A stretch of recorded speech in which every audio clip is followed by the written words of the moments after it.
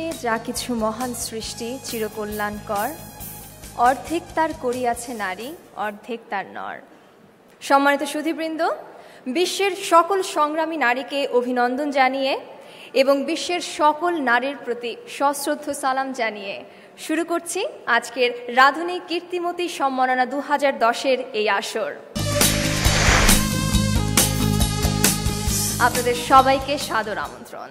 8ই March আন্তর্জাতিক নারী দিবস। দিবসটি উপলক্ষে স্কয়ার কনজিউমার প্রোডাক্টসের জনপ্রিয় ব্র্যান্ড রাধুনী আয়োজিত রাধুনী কীর্তিমতী সম্মাননা 2010 অনুষ্ঠানটির প্রধান উদ্দেশ্য হল আজ এখানে আপনারা যারা উপস্থিত রয়েছেন তারা সহ সংগ্রামের মাধ্যমে সফলতা অর্জনকারী বাংলাদেশের হাজারো সংগ্রামী নারীকে অভিবাদন জানানো। দেশের শীর্ষস্থানীয় প্রতিষ্ঠান স্কয়ার নারীকে তার প্রাপ্য সম্মান দেবার ব্যাপারে সবসময় অগ্রগামী ভূমিকা পালন করেছে। এবার শুভেচ্ছা বক্তব্য দেওয়ার জন্য আমি এখন মঞ্চে আমন্ত্রণ জানাচ্ছি স্কয়ার কনজিউমার প্রোডাক্টস লিমিটেডের ব্যবস্থাপনা পরিচালক জনাব অঞ্জন চৌধুরী। 40 বছর আগে আমাদের এই দেশ স্বাধীন হয়েছিল। আমরা একটা স্বাধীন দেশ পেয়েছি, কিন্তু আমার দেশের নারীরা কি স্বাধীনতা পেয়েছে? পত্রিকা খুললেই আমরা দেখতে পাই বাংলাদেশের বিভিন্ন জায়গাতে নারীরা নির্যাতিত হচ্ছেন। সবচেয়ে বড় দুঃখের বিষয় যে এই দেশ স্বাধীন হয়েছে 40 বছর, তার অর্ধেক সময়ই আমাদের দেশ পরিচালনা করেছেন দুইজন নারী বা করছেন।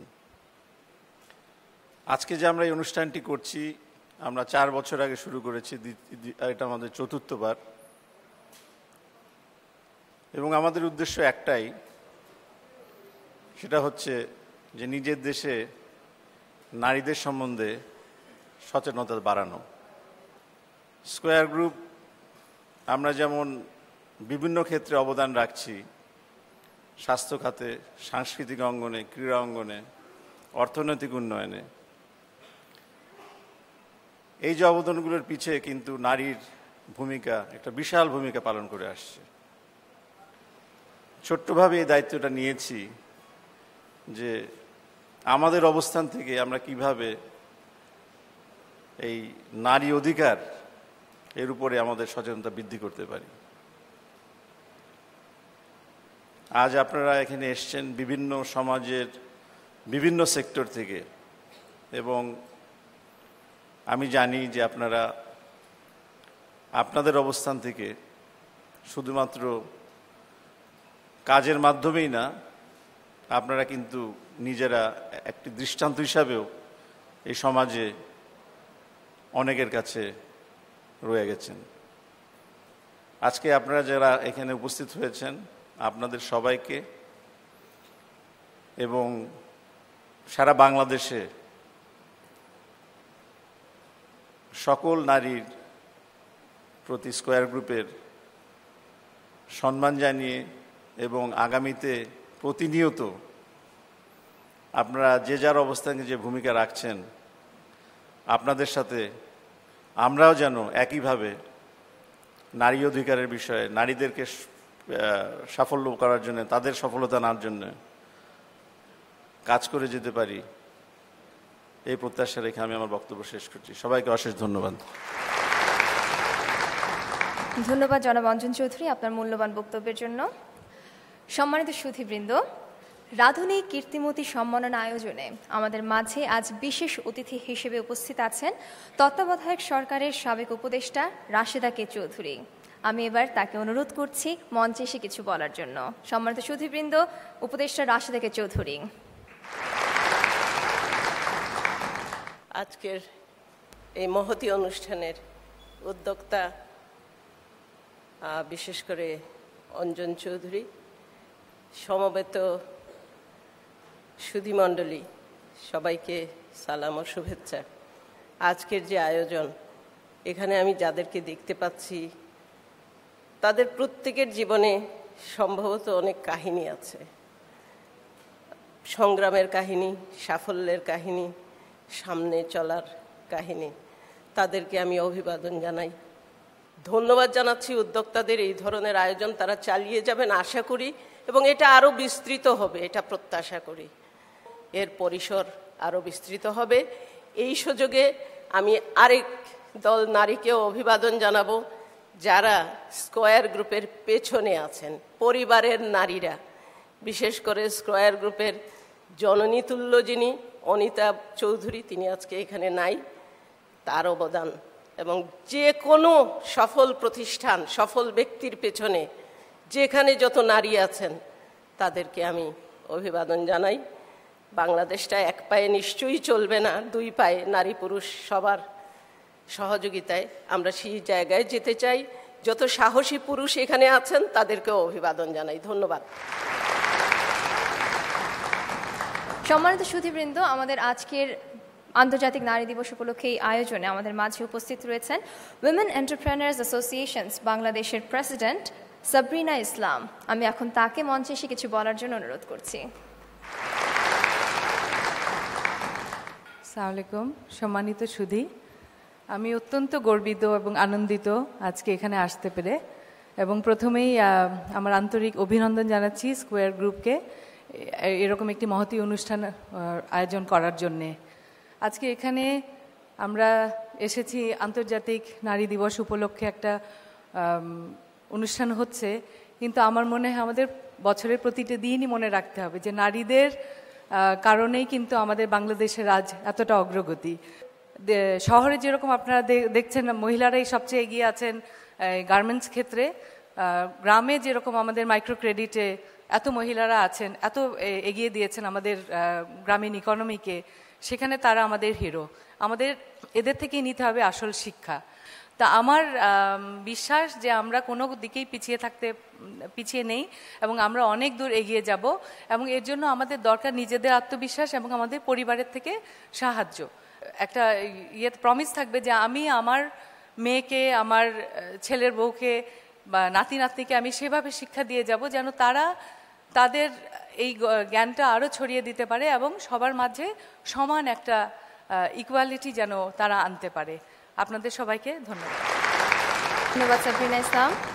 সম্মানিত সুধীবৃন্দ, এবার বক্তব্য রাখার জন্য আমি মঞ্চে আমন্ত্রণ জানাচ্ছি তত্ত্বাবধায়ক সরকারের সাবেক উপদেষ্টা গীতিয়ারা সাফিয়া চৌধুরীকে। আসসালামু আলাইকুম। আমি এখানে আসতে পেরে খুব খুশি হয়েছি, যদিও অ্যাওয়ার্ডটা আমি পাচ্ছি না, আপনাদের মধ্যে থেকে কেউ পাবেন, সেই জন্য আগেই আমি কংগ্রাচুলেশনস বলে নিই। আমি নিজে বিশ্বাস যেটা করি যে আমাদের দেশের 50% অফ দ্য পপুলেশন হলো উইমেন। এই মহিলাদেরকে পিছিয়ে রেখে বা দরজা বন্ধ করে তাদেরকে ঘরের ভিতরে রেখে আমরা এগিয়ে যেতে পারবো না। আমার একটা জিনিস ভালো লাগে এখন, সেটা হলো যে আমার মনে হয় আমরা এটা উপলব্ধি করতে পেরেছি এবং আমাদের মেয়েরা কিন্তু আর ঠিক বন্ধ হয়ে আছে যে তা না। আমি খুব পজিটিভ থিঙ্কার, সেই জন্য বলছি যে আমি যখন প্রথমে ব্যবসা শুরু করেছিলাম, কোনো অফিসে যেতাম, সবাই তাকাতো আমার দিকে যে একটা অদ্ভুত চিড়িয়া এসছে। ওখানে কিছু মেয়ে ছিল, অ্যাংলো ইন্ডিয়ান মেয়েরা, ওই স্টেনোগ্রাফারের কাজ করতো। কিন্তু আজকে যখন কোনো অফিসে যাই, সেখানে আমি ম্যানেজিং ডিরেক্টর পর্যন্ত দেখেছি কিছু কিছু অফিসে উইমেন, সিনিয়র ম্যানেজার্স উইমেন। এটা সত্যি আমরা যে এগিয়েছি এটাই তার প্রমাণ। এবং আমি একটা কথা সবসময় বলি যে ইংরেজিতে এটা আপনারা সবাই শুনেছেন, the hand that rocks the cradle rules the world. So we rock the cradle and we can rule the world. আমাদের উচিত, আমরা যারা মা, আমাদের ছেলে মেয়ের মধ্যে তারতম্য না করে ছেলেকে যেই সুযোগ সুবিধা দিচ্ছি, মেয়েকেও সেগুলি যেন দিই। আমার শাশুড়ি আমাকে যেরকম সাহস দিয়েছেন, আমার মা ওই সাহস দিতে পারেন নাই। তো এই জিনিসগুলো আমরা মা হিসাবে, শাশুড়ি হিসাবে, বোন হিসাবে, ননদ হিসাবে যদি ওই সাহায্যের হাতটা এগিয়ে দিই, তাহলে আমার মনে হয় আমরা অনেক দূর আগাতে পারবো। এবং আর একটা কথা, এটা আমার আব্বার কথা, মনে পড়ে যায় যখনই বলি, সেটা হলো আমার আব্বা সবসময় বলতেন সাহসেই লক্ষ্মী। তো সাহস রাখতে হবে সবারই, আমাদের, আমরা পারবো, সাহস থাকলে সবই করা সম্ভব। আমার সব বোনদের জন্যে অনেক অনেক শুভেচ্ছা, ভাইদেরকে ভুলবো না, ভাইদের জন্যও শুভেচ্ছা থাকলো। আমরা ইকুয়ালিটিতে বিশ্বাস করি, সেই জন্যে থ্যাংক ইউ ভেরি মাচ। সম্মানিত সুধীবৃন্দ, আমরা আমাদের সম্মানিত বিশেষ অতিথিদের মূল্যবান বক্তব্য শুনলাম।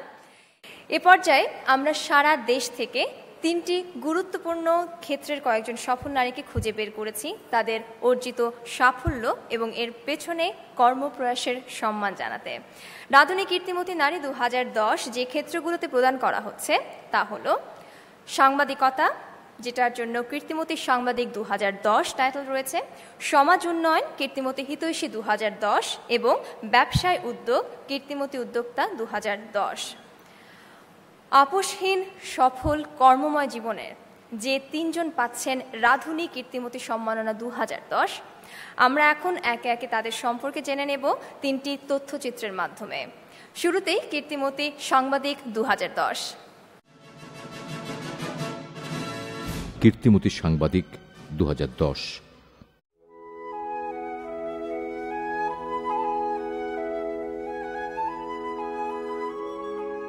মিথ্যাকে পরাভূত করে সত্য সবার সামনে তুলে ধরবার অদম্য চেষ্টায় একজন তরুণ নির্ভীক কলম যোদ্ধা তার সংগ্রাম চালিয়ে যাচ্ছেন নানা সামাজিক অসঙ্গতি, মানুষের দুঃখ, কষ্ট, অর্জন, বিসর্জনের খবর পত্রিকার পাতায় তুলে আনতে।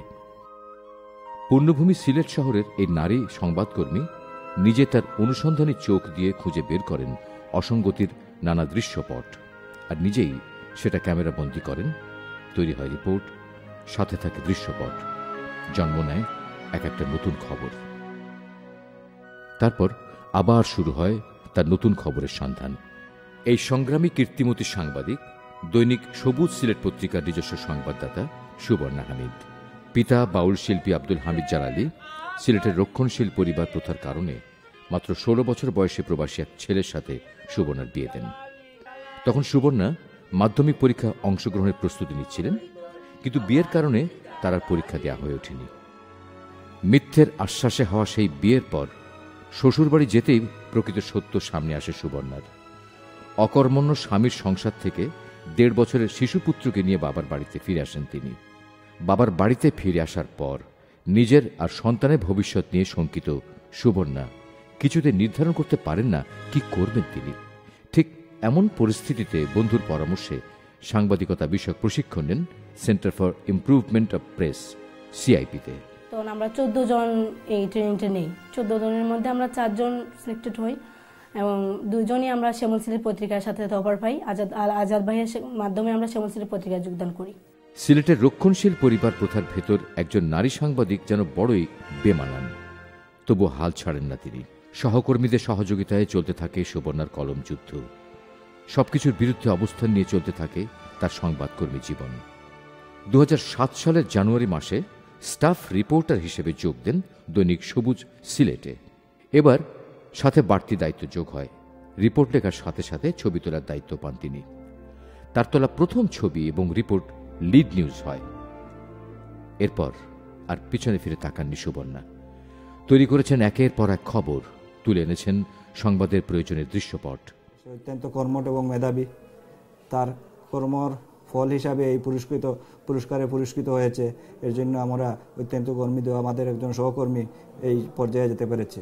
তার সামনে এত বেশি প্রতিবন্ধকতা ছিল, অন্য মেয়ে হলে হয়তো এগোতে পারত না, কিন্তু সুবর্ণার মধ্যে একটা প্রচণ্ড তাগিদ আমরা লক্ষ্য করতাম, একটা জেদ, সে সাংবাদিকতা করবেই। সুবর্ণার বাবা 2008 সালে মস্তিষ্কে রক্তক্ষরণজনিত কারণে পক্ষাঘাতগ্রস্ত হয়ে পড়েন। সন্তান হিসেবে বাবার কাছে পাওয়ার এই ধরনের কোনো দাবি তাকে দিতে পারিনি। বিধায় আমার একটাই আছে, আমার একটা অন্তর আছে, আমার একটা মন আছে। আমার মন থেকে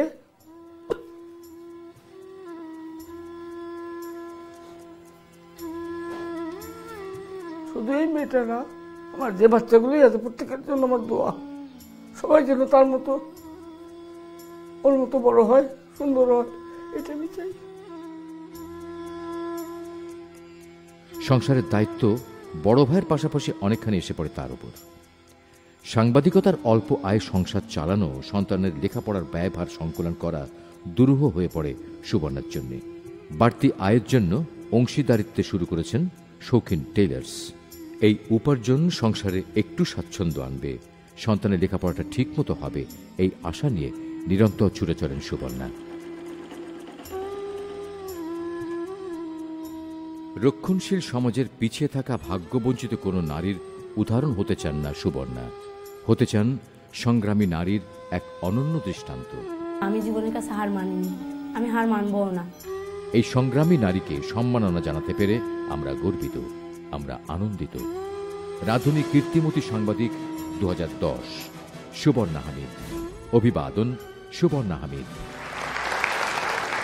এই কীর্তিমতীর হাতে সম্মাননা স্মারক এবং নগদ অর্থের চেক তুলে দেওয়ার জন্য আমি মঞ্চে আমন্ত্রণ জানাচ্ছি তত্ত্বাবধায়ক সরকারের সাবেক উপদেষ্টা গীতিয়ারা সাফিয়া চৌধুরী এবং মিসেস মুনিরা চৌধুরীকে।